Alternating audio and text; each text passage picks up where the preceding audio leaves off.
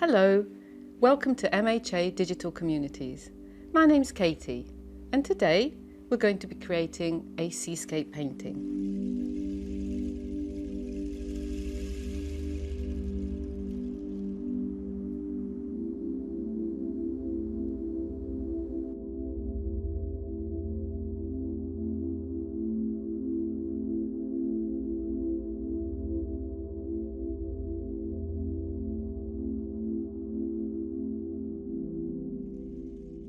I'm just going to take you through the materials that you'll need to create this painting.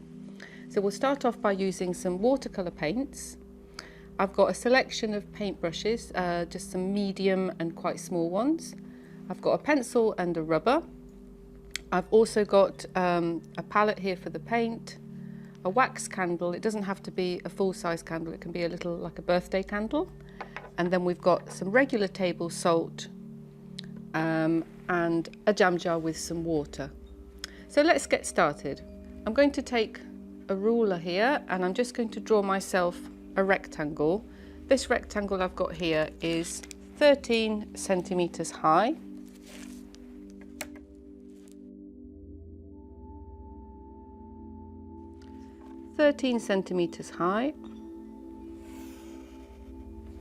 By 18 centimetres wide.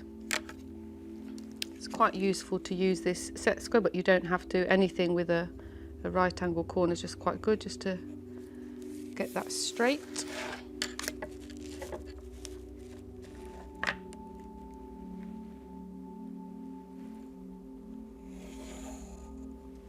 And if you don't have a ruler, just use anything with a straight edge to help you, even a book, etc. And it doesn't have to be perfect to these measurements, it's really just a rectangle. It just needs to be wider than it is high, but just to get the same effect as this one, I'm using those measurements. Okay, so that's the frame, and landscape paintings are always made in this landscape format, which is always wider than it is high, just so you can get more of a view of what you're looking at. So in the previous session, we learned to do some different techniques with watercolour and wax and salt. So we're going to be implementing those techniques here. Just before we get started, I just want to have a little bit of practice using a pencil and a little bit of practice doing some splatter painting just at the side. So that's what is shown here.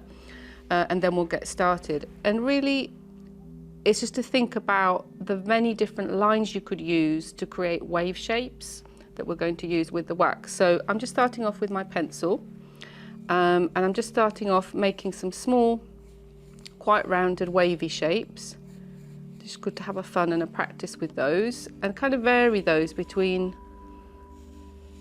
quite big waves and smaller ones.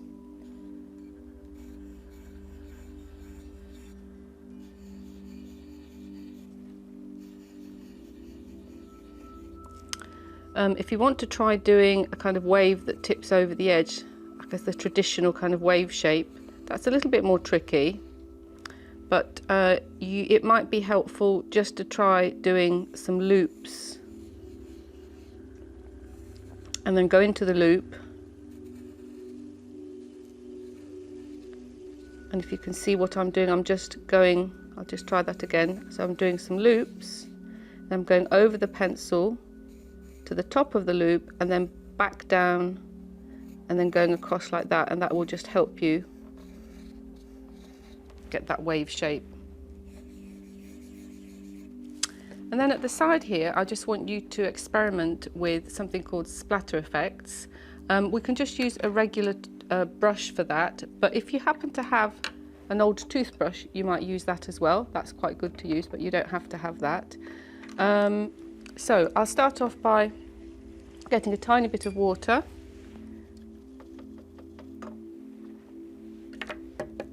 So not lots of water, just a little bit of water, and then basically you flick the end of the brush. Now you'll see with this one, I need a little bit more water on it because it's not coming out. There we go. So you need to hold the brush quite close to the paper and you'll see the effect. Now if you change the size of brush, so a slightly bigger one, obviously you'll get a bigger splatter effect.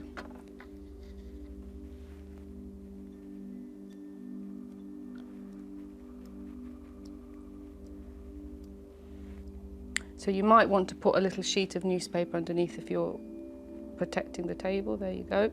Okay, if I get the toothbrush, I need to make a little bit more of a wash.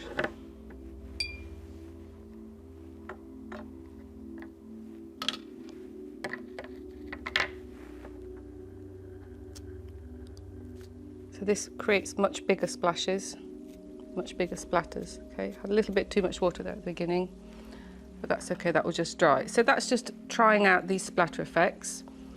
Okay, so let's get started then on the main composition.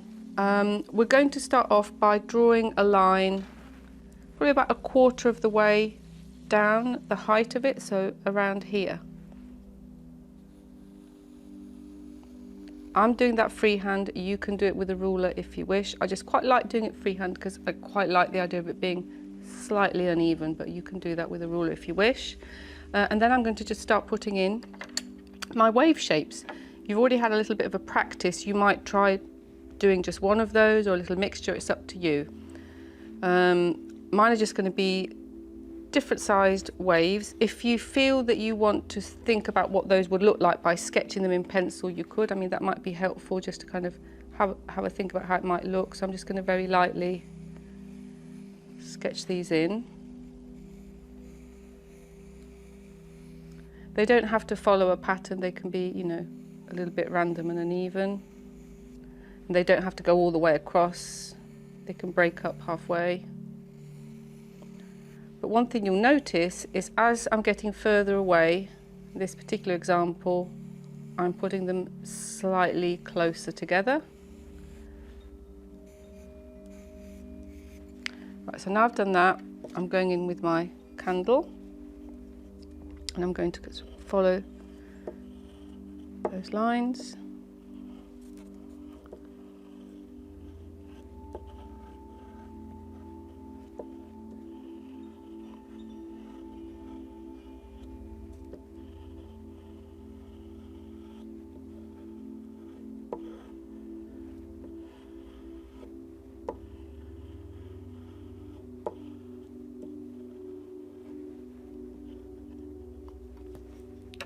Okay, so that's the wax down, and then we're ready for the next stage. So for the next stage, I'm going to take my slightly bigger brush, get some water on the brush,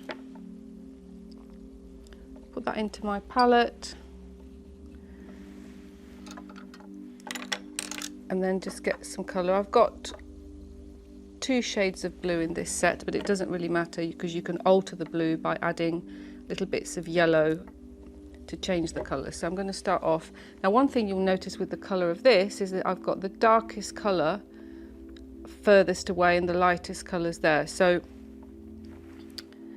you can always test your colour at the side just to see that's okay, that seems pale enough. Now this is sort of a colour straight from the pot, but you can vary the colour a little bit. So for example, I'm lucky I've got a couple of different yellows here, like a lemony and a more goldeny yellow. So I might just take a little bit of the lemony yellow and put some in this section here. And then I'm going to make a mixture of these 2 colours, so a third colour. I'm just going to take a little bit of that. So now I've got this green going on. And then while I'm here, I'm sort of pre-mixing these colours. I'm going to take a little bit of the blue I've got here. And to darken blue, if you don't want to use black or brown, you can actually use red, which will give it a little bit of a purple. I've got a pinky red, I might just add a little bit there. And we could just test out these colours down here. So I've got that colour, which has got a little bit of the red. I've got the plain blue, slightly brighter. I've got my little bit of blue with a tiny bit of lemony yellow, and I've got a blue and yellow mix, so quite dark green. You can go on and within each of these colours and make a lighter version of that by adding a little bit more water. So if I wanted to take this green, but add more water, then I can get a much paler version of that green.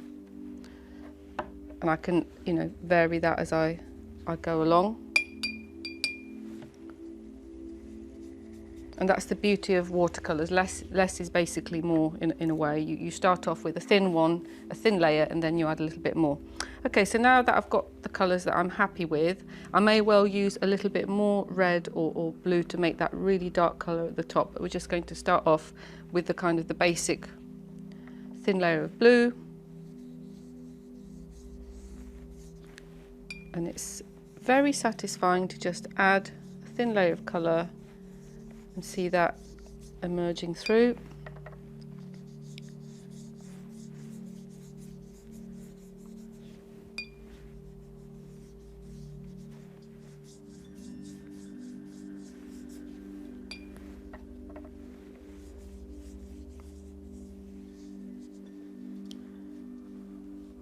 So if you ever find you have a little bit too much paint or too much water or paint where you didn't want it, you can always use a bit of paper towel, or I've got a little sponge here,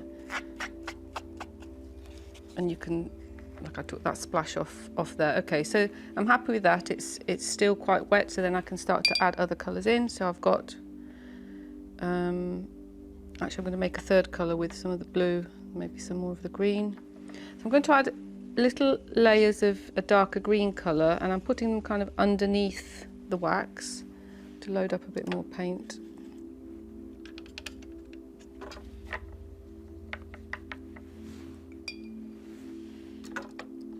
If you notice, when I go between colours, I am rinsing out the brush. You could use two separate brushes if you wanted to, but it's a bit more effort, and have two separate jars of water if you want to just always have plenty of water on hand, because then you can control the colour. As soon as this water gets quite a lot of paint in, then it does affect the colour. But in this particular example we're doing, it doesn't matter too much because it's all kind of bluey green. So I'm just adding in some little bits there. And where it's darker, it's really a suggestion of slightly deeper areas of water.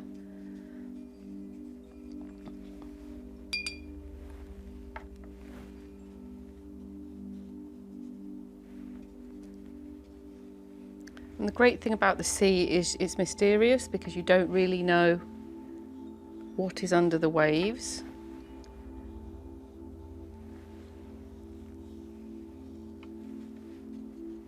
Okay, so I'm heading towards this horizon area, which I find is the most important, or the most kind of interesting as well, to create that sense of perspective and distance. So I want to make a really much darker, richer shade, so I'm going to probably not have quite as much water. So I'm putting in the blue.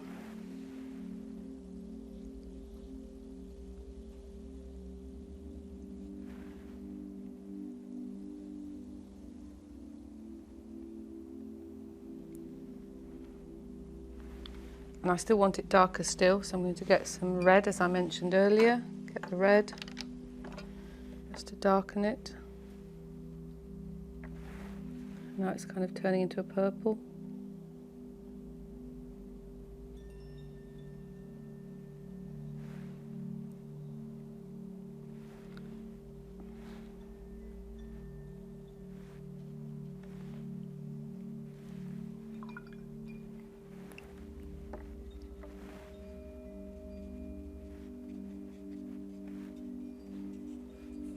Okay, and you can really take your time with this, and keep adding more and more colours as you go on, and little dabs of colour.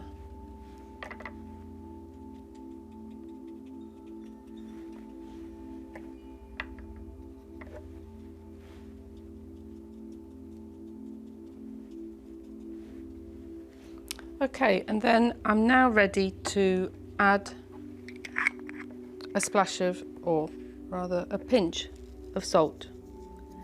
And the salt will just start to create some interesting textures within the waves that you've done. And while I'm there, I'll leave that to dry a little bit.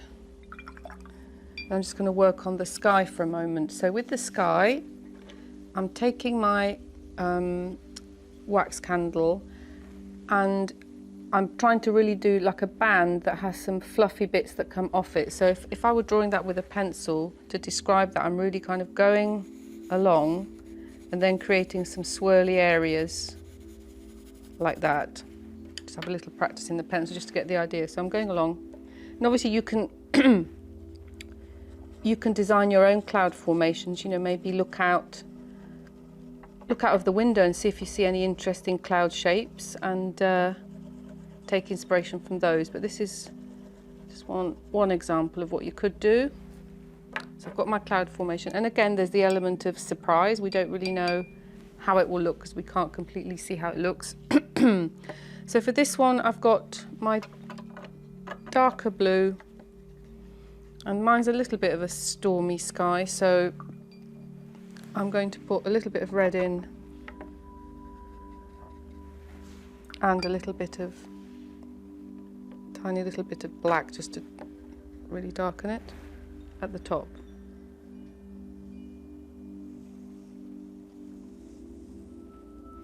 So I'm sweeping across the top there, and the top's going to be darker than the bottom. So for the bottom, I really want to go back to that kind of initial quite pale shade. If you're not sure, just test it. Test things underneath. It's too dark.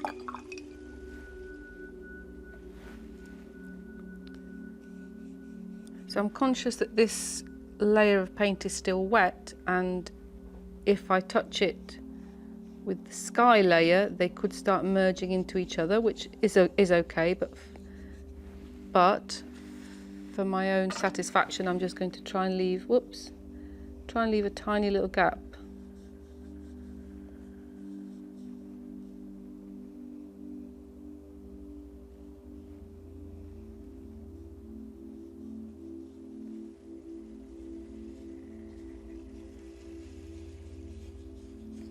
And then in the gaps between the swirls, you kind of get that slightly cloudy looking texture.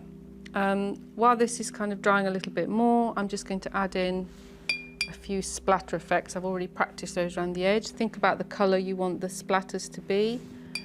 So mix a bit of the colour that you want the splatters to come in. I'm making like a greeny colour. See how that looks. I won't know till I do it. There we go.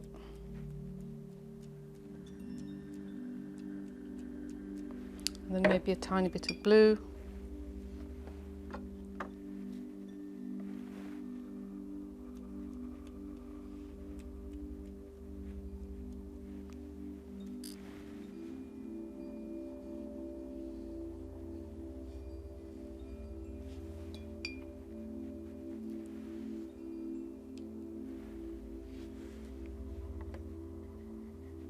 And just to add a final touch here, I want that to be a little bit darker still.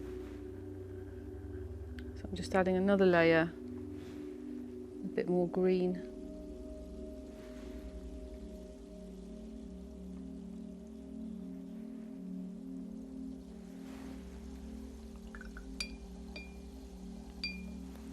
And that is the seascape complete. You would leave that now to dry. And if you wanted to, you could then just cut this out and set it onto a fresh piece of white paper.